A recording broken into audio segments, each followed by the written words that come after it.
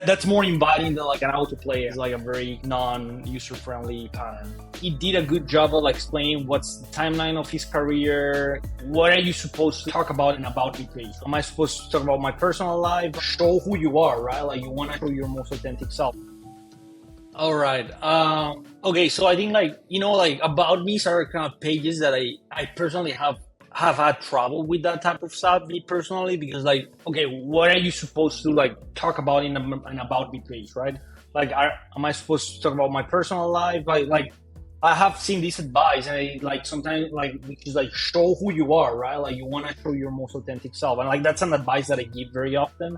So like I feel that like in that sense, yeah, I think about beats are like a lot about showing who you are, right? But like it's hard to show who you are in a more contextualized kind of like designer way, So I mean, I don't have a lot of thoughts. I think like he did a good job of like explaining what's the timeline of his career. He did a good job of kind of like giving like an excerpt of where he is in his career and where he started. Could it be better? Yeah, for sure. There's always like room for improvement on these things. But I think he did kind of like he gave the information that I think I needed. It's just like let me see.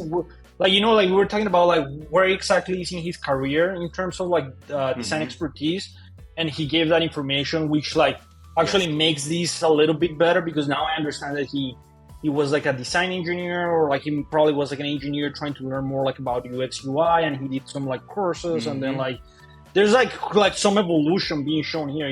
Ludovic, what are your thoughts on this page? So at first I was a bit, well, first of all, I was taken off because the video started automatically without me doing anything, and I had sound in my earbuds. I was like, oh my gosh, what's happening? Colton, you turn on some music? You're like, no, it's the portfolio. I was like, so this is an instant turn off, right? Where I was like, oh no, why? I don't mind having the video, and I think the video is actually great. If there is a way to pause it page load, that would be perfect, because otherwise it's so intrusive. I don't know, imagine a hiring manager somewhere in the middle of a big room with a lot of people, and all of a sudden this music starts playing. It's like, it's so embarrassing, right? Yeah. So anyway, so besides that, the thing about landing on the page was like, whoa, there is a lot of text to read, right? And so I feel like if he took these paragraphs and maybe placed one above and two below the video or whatever, right? Just to break it up a little bit, would have felt a bit friendlier to even get started with it, because I felt almost like, wow, so it's going to be a lot of work to read all that stuff.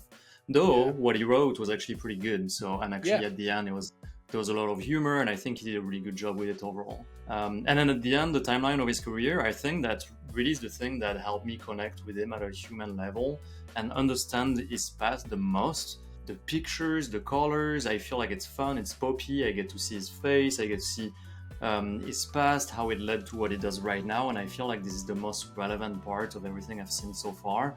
And maybe I would just reverse it. I would just say maybe put that up front or a bit higher, and not play that video on page load. Yeah, definitely.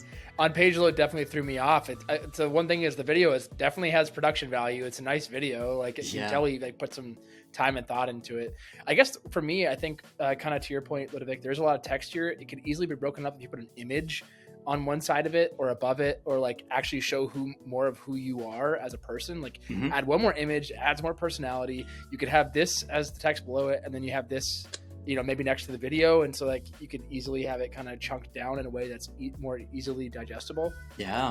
The only thing that threw me off of this page other than that was on the previous pages, this color, this green is what's interactive. And so in this case, this looks like interactive text. That's true. And so I thought that like when I first went through this, that those are gonna be links, and they're not. And so like what I would tell him is if you want to do that for highlighting something, then maybe do like a highlight style where it has like, like people have been using this a lot, where they put like the color behind the text, and it's almost like a highlighter went across it. Like that would be a better way of going about it without it making it feel like it's interactive. And then the only other last small thing, which I fully believe in the Oxford comma down here, wireframing, prototyping, no comma, and and typography, excuse me. So to me, that's something that almost we should put on the drink list, because the Oxford comma like can save lives. So yeah, no, and I also saw like another kind of like grammar mistake somewhere. But I mean, like it's fine, you know. It's not like It's small. It's so small.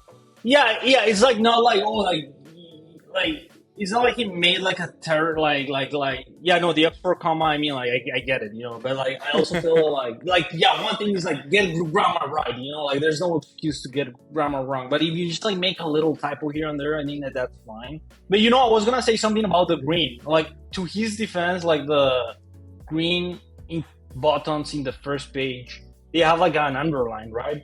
So, but I still agree with you. You know, like it feels interactive. Like there's not that continuity, and I don't think an underline is enough, like a forens to like differentiate between like making something like just like a little bit highlighting something and making something interactive.